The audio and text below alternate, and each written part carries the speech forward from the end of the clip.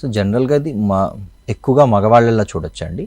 And ఆడవాళ్ళలో కూడా ఉంటాయి, కానీ మగగా మనం చూస్తాం ఈ క్యాన్సర్స్. ఇంపార్టెంట్గా పొగాకు వాడకం వల్ల అండి. పొగాకు వాడకం ఇన్ ద ఫార్మ్ ఏ రకంగా అయినా అండి. మనం పాన్ అనొచ్చు, చాలామంది వక్కపడిన అవుతారు. పొగాకు సంబంధిత పదార్థాలు పాన్, బీడీ, సిగరెట్, గుట్కా, అది చాలామంది ఖైని, పాన్ మసాలా, ఇవన్నీ దేర్ ఆర్ డిఫరెంట్ ఫార్మ్స్ అండి. అవి కాక నాన్ టొబాకో రిలేటెడ్ అంటే అరెకా నట్ అండి, అంటే మనం బీటల్ నట్ అంటాం కదా, ఒక్క పొడి. ఆ ఒక్క పొడి రెగ్యులర్గా తినే వాళ్ళకి కూడా ఇలాంటి మార్పు చేర్పుల వచ్చే అవకాశం ఉంది. అది కాక మద్యం రెగ్యులర్గా సేవించే వాళ్ళకి ఈ గొంతు క్యాన్సర్, ఎస్పెషల్గా థ్రోట్ క్యాన్సర్స్ వచ్చే అవకాశం ఎక్కువగా ఉంటుంది.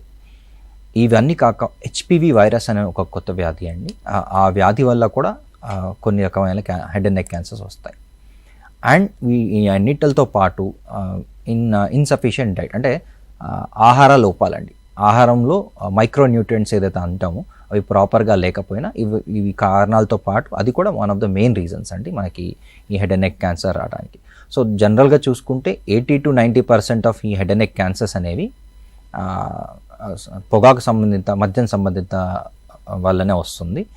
అండ్ కొంతమందిలో షార్ప్ టీత్స్ కూడా వన్ ఆఫ్ ద కాజెస్ అండి. అంటే షార్ప్ టీత్స్ ఎక్కడైతే ఉంటాయో వాళ్ళకి కూడా రిపీటెడ్గా షార్ప్ టీత్ ఇంజరీ వల్ల ఒక చిన్న అల్సర్ లాగా ఫామ్ అయ్యి అది మెల్లమెల్లగా పెద్దగా అవడం జరుగుతుంది.